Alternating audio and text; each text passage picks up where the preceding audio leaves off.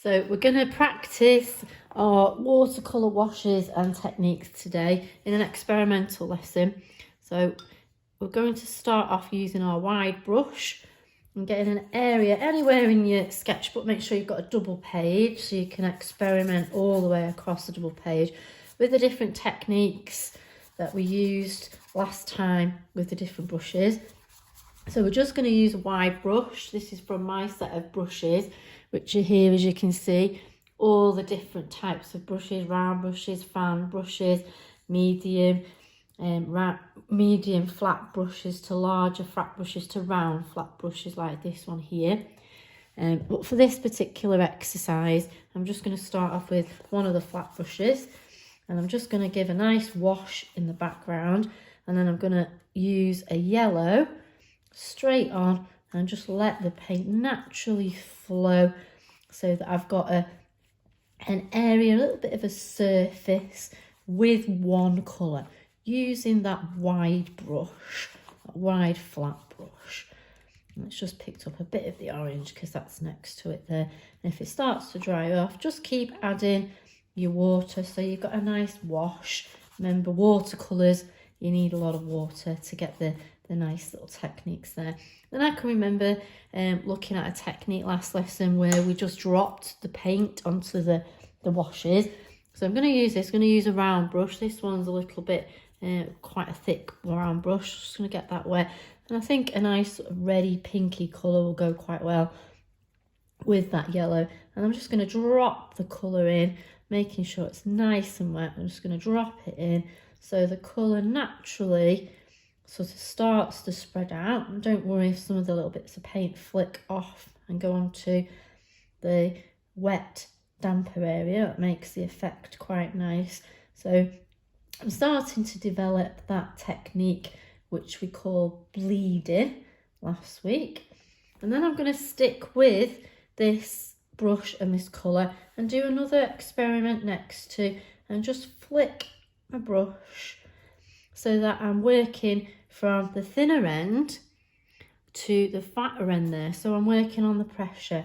Remember, we looked at pressure. Lighter pressure gets a thinner line, harder pressure gets a thicker line. So I'm just doing like a, I suppose, like a little furry technique there. I'm just flicking my brush, but practicing my pressure. So I'm going lighter with the thinner ends, and then a little bit more pressure with the thicker part.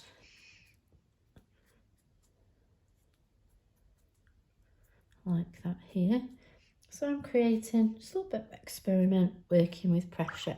Just going to clean that brush, and I'm going to go back to using my thicker brush, but I'm not going to use it as a flat. I'm just going to use it straight off, and I think I'm going to pick a nice blue, and I'm just going to see what happens if I just use the end.